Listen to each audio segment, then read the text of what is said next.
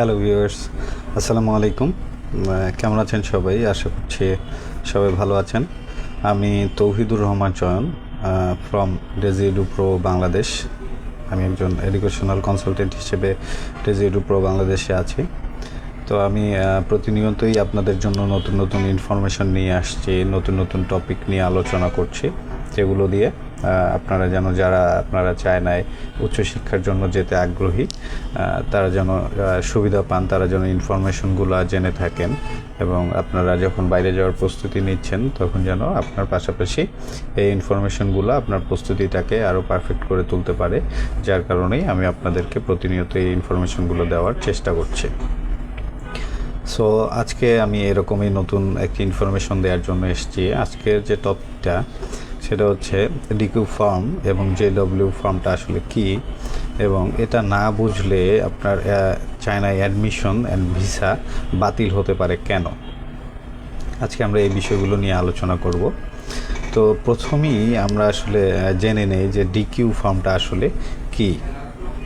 DQ ফর্মটা মূলত হচ্ছে একাডেমিক কোয়ালিফিকেশন ভেরিফিকেশন সিস্টেম একটা, এটা ইউনিভার্সিটি থেকে করা হয়।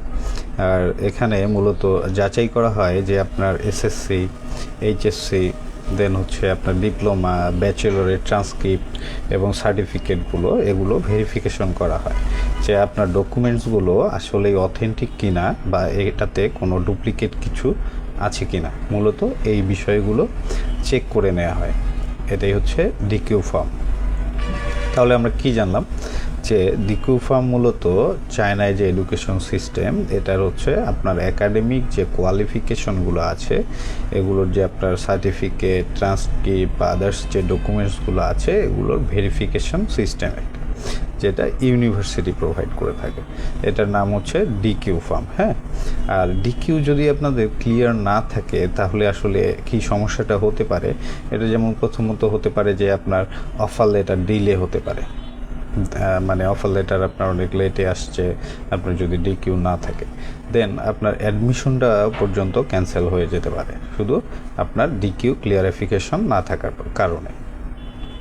তাহলে আমরা কি জানলাম যে ডিকিউ মূলত আপনার যে ডকুমেন্টসগুলো আছে, লাইক আপনার এসএসসি, এইচএসসি, ডিপ্লোমা, ব্যাচেলর, এই প্রোগ্রামগুলোর যে আপনার ট্রান্সক্রিপ্ট এবং সার্টিফিকেটসগুলো আছে এগুলো অথেন্টিক কিনা, অরিজিনাল কিনা এটা দেখা হয়।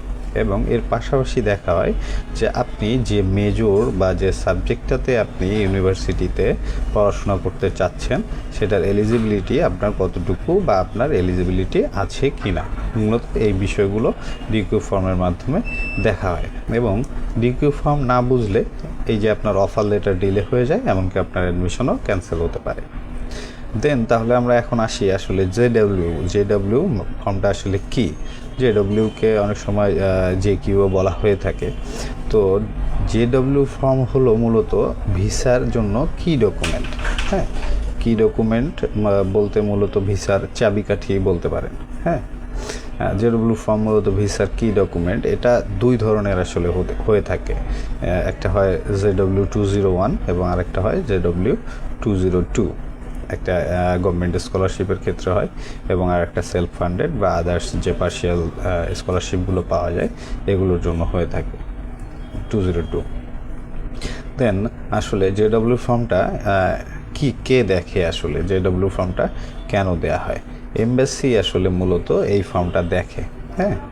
আপনি যেমন ডিকিউ ফর্মটা যেমন ইউনিভার্সিটি আপনার ডকুমেন্টসগুলো যাচাই করে, তেমন জেডব্লিউ ফর্মের মাধ্যমে এমবাসি আপনাকে যাচাই করে, দেন আপনাকে হচ্ছে ভিসা তারা দেয় বা রিজেক্ট করে। তাহলে আমরা কি বুঝলাম, ডিকিউ ফর্মটা মূলত আসলে ইউনিভার্সিটি আপনার কোয়ালিফিকেশন, আপনার এলিজিবিলিটি এসব চেক করার জন্য নিয়ে থাকে।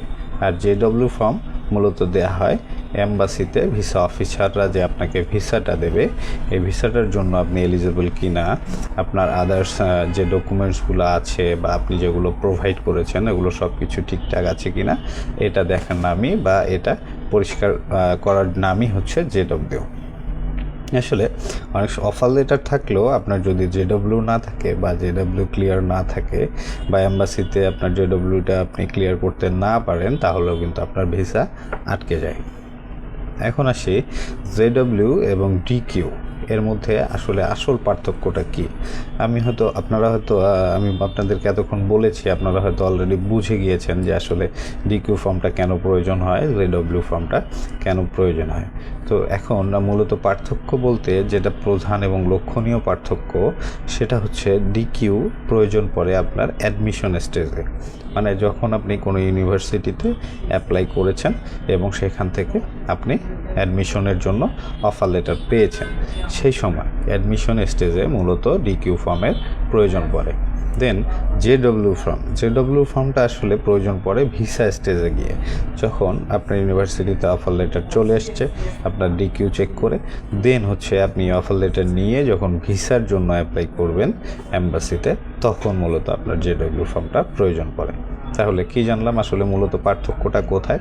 ডিকিউ অ্যাডমিশন স্টেজে প্রয়োজন এবং জেডব্লিউ ভিসা স্টেজে প্রয়োজন। সিম্পল ভাষায় যদি আমি আপনাদের বলতে যাই, তাহলে আপনার যদি ডিকিউ ক্লিয়ার না থাকে তাহলে আপনার জেডব্লিউ ইস্যু হবে না, আর আপনার যদি জেডব্লিউ ইস্যু না হয় তাহলে আপনার ভিসাও আটকে যাবে। মূলত বিষয়টা হচ্ছে এটা। দেন আমরা আসি আসলে কমন মিস্টেক্সগুলো কোথায় হয়ে থাকে। মূলত কমন মিস্টেক্সগুলো হয় যে ডিকিউ ক্লিয়ার না করেই প্রেশার নেওয়া। আসলে যখন আপনি ডিকিউ ক্লিয়ার করবেন না, তখন স্বাভাবিক দৃষ্টিতেই আপনার হচ্ছে জেডব্লিউ ফর্মটা ইস্যু হবে না। সো আপনি কোনো ধরনের প্রেশার না নিয়ে চিন্তা করবেন ডিকিউটা ক্লিয়ার করার, আপনার ডকুমেন্টসগুলো যেন অথেন্টিক হয়, এখানে যেন কোনো এডিট বা কোনো কিছু চেঞ্জেস না হয়। এই হচ্ছে একটা কারণ যে এডিটের কথা বলে মনে হলো যে ফেক বা এডিটেড কোনো ডকুমেন্টস বা জেডব্লিউ ফর্ম আসলে এম্বাসিতে কখনো সাবমিট করবেন না বা ইউনিভার্সিটিতে সাবমিট করবেন না। এটা যদি কোনো কারণে যদি তারা বুঝে যায়, তাহলে সরাসরি আপনার ভিসা তো বাতিল হবে এবং পরবর্তীতে হয়তো বা আপনি আর উচ্চশিক্ষার জন্য চায়না যেতে পারবেন না।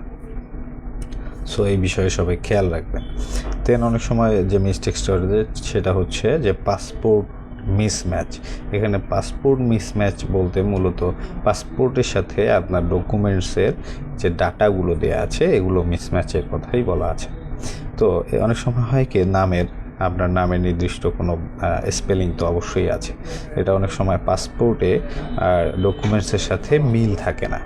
হ্যাঁ, কী হয় অনেক সময় দেখা যায় যে কোনো কারণে একটা ওয়ার্ডস বেশি পড়ে গেছে বা কোনো কারণে একটা ওয়ার্ড বা শব্দ মানে বাদ পড়ে গেছে, এ ধরনের মিসম্যাচিং থাকে। চেষ্টা করবেন যে এগুলো আগেই সব কিছু ক্লিয়ার করে নেওয়ার। যদি আপনার নাম, ঠিকানা, বাবা মায়ের নাম, অ্যাড্রেস, এগুলোতে যদি কোনো ধরনের স্পেলিং মিস্টেক্স থাকে, ট্রাই করবেন এটা আগেই ক্লিয়ার করে নেওয়া। দেন হচ্ছে আর এটা যেটা হয় যে অফার লেটার পেলেই সাথে সাথে ভিসা অ্যাপ্লাই করে দেয় আর কি। যখন আপনি অফার লেটার পেয়ে গেছেন, তখন তো আপনার আর কিছু সময় আসলে পেশেন্সটা রাখাটা জরুরি। কারণ আপনি যখন অফার লেটার পেয়ে গেছেন, এর মানে এই হচ্ছে যে আপনি ওই ইউনিভার্সিটিতে বা চায়নাতে আপনি পড়াশোনা করার জন্য এলিজিবল আছেন। কিন্তু এক্ষেত্রে আপনার কিন্তু এখনও ভিসা রিজেক্ট হওয়ার চান্স আছে। সো হচ্ছে আপনি যখন অফার লেটার পেয়ে যাবেন, দেন আপনার ডকুমেন্টসগুলো সব কিছু প্রপার আছে কি না এম্বাসি ইন্টারভিউটা ফেস করার আগে এই বিষয়গুলোর প্রতি আলাদাভাবে নজর দেবেন বা আলাদা করে সময় করে সব কিছু একটা ফাইল রেডি করবেন। মূলত এগুলোই হচ্ছে আসলে সবচেয়ে বড় রিস্ক বলতে গেলে। সো আর সবচেয়ে বড় কথা সেটা সবসময় মাথায় রাখবেন যে ডিকিউ এবং জেডব্লিউ ফর্ম আসলে এই দুটো ছোট কাগজ মনে হলেও এগুলোই মূলত হচ্ছে চায়না, মানে আপনার চায়না জার্নির জন্য বা চায়না অ্যাডমিশন জার্নির জন্য এগুলোই হচ্ছে আপনার ব্যাকবোন। সো সবসময় চেষ্টা করবেন এই দুইটা জিনিস যেমন ক্লিয়ার থাকে একদম, এটাতে যেন কোনো ভুলভ্রান্তি না থাকে, ডকুমেন্টসগুলো যেন হচ্ছে অথেন্টিক এবং রিয়েল থাকে। তাহলে ইনশাল্লাহ আপনার চায়না উচ্চশিক্ষার স্বপ্ন পূরণ হতে কোনো বাধাই আসবে না। তো আজকে আমি আপনাদেরকে ডিকিউ এবং জেডব্লিউ ফর্মটা ক্লিয়ার করার চেষ্টা করলাম। আশা করি সবাই বুঝতে পেরেছেন। এর বাইরেও যদি আপনাদের কারো বুঝতে অসুবিধা হয়ে থাকে বা কারো কোনো প্রশ্ন বা কোয়েরিজ থেকে থাকে, তাহলে অবশ্যই কমেন্ট বক্সে প্রশ্ন করবেন। আমাদের অভিজ্ঞ কনসালটেন্টরা আপনাদের সেই প্রশ্নের উত্তর দেবেন অবশ্যই, অথবা সরাসরি আমাদেরকে ইনবক্স করবেন, অথবা আমাদের কনসালটেন্টদের কন্ট্যাক্ট নাম্বার আমাদের ফেসবুক পেজ এবং ওয়েবসাইটে পেয়ে যাবেন। অবশ্যই কনসালটেন্টদের সাথে যোগাযোগ করবেন যদি আপনাদের কোনো নির্দিষ্ট কোনো বিষয় ইনফরমেশন জানার থাকে বা কোনো সমস্যার যেটা সমাধান যদি আপনাদের জানা থাকে তাহলে অবশ্যই যোগাযোগ করবেন। আমাদের অভিজ্ঞ কনসালটেন্টরা আপনাকে সর্বাত্মক সহযোগিতা করবে আশা করি। তো আজকে এ পর্যন্তই। সবাই ভালো থাকবেন, সুস্থ থাকবেন। পরবর্তীতে আবার নতুন কোনো টপিক নিয়ে চলে আসবো আপনাদের সামনে। সে পর্যন্ত আল্লাহ হাফেজ, আসসালামু আলাইকুম।